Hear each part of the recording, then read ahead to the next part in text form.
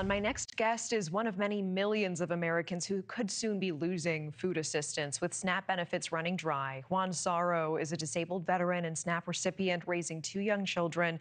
He says he's been stressed, he's been losing sleep at night, worried about how he's going to support himself and his family in these months going forward.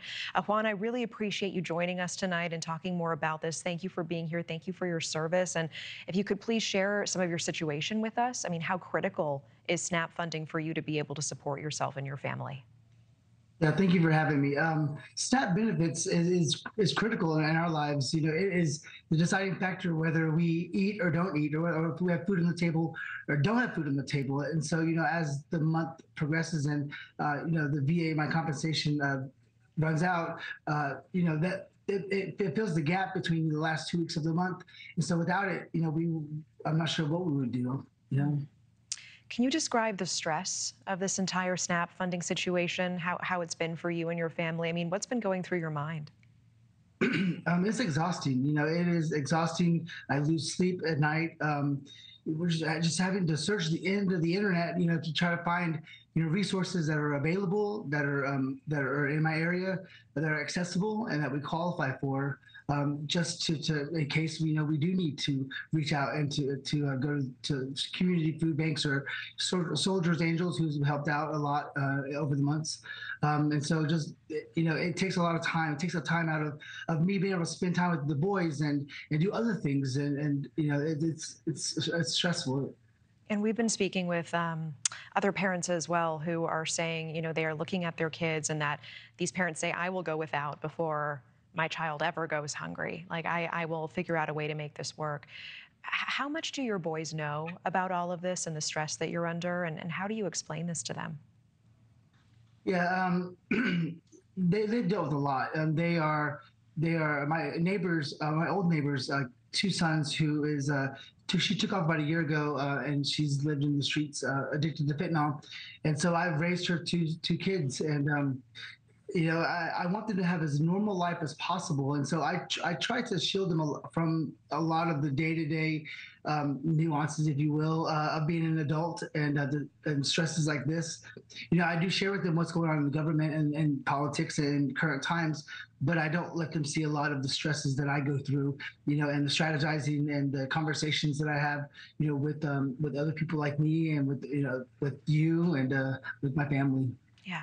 And tell me what the status is now. Do you still have SNAP benefits as of today? Or what is the plan going forward? What does this look like if this funding doesn't come through? Yeah, so I receive my benefits on the 21st of every month. And so I just received it for October. And so we were able to get food, you know, for the last part of the month. I'm not sure if my SNAP card, my debit card, is going to work. You know, when I go to the grocery store in November, I mean, that's kind of scary. You know, it's embarrassing having a card decline in any situation. You know, but this is extremely stressful because it's like a storm that you can't stop. You know, and so like I said, we have a contingency plan that we're developing, and you know, we have some resources that are going to be within reach and available if we need to reach out to them. If you could sit down with the president or with members of Congress, what would you tell them tonight? I mean, what solutions would you offer them to fix this crisis around federal food assistance? You know, I think there's a couple things. I think the Department of Veterans Affairs probably should plan or have a contingency plan in place when something like this happens, because they're working on one side to provide treatment and care and veterans for our veterans, and then when something like this happens, this is a stressor. You know, it antagonizes our PTSD or other, you know, stressors that we have from the military, our service connection disabilities. And so it's like they do, on one hand, they're making progress, but then they back it all up and take some of that away. It's like the one step forward, two steps back saying. And so I would tell the president and Congress we're not a pawn. We're not, you know, this is not some political means to some end. Like this is critical. This is food on the table. And in the richest country in the world, food is not a option. It's not a benefit. It's a human right. And so do better. You know, meet in the middle somewhere. Juan Saro, a veteran and SNAP recipient, really appreciate your time and best of luck to you. Thank you so much. Thank you. Thank you for watching. Subscribe below and download our NewsNation app right now on your phone, and you will get fact-based, unbiased news for all Americans.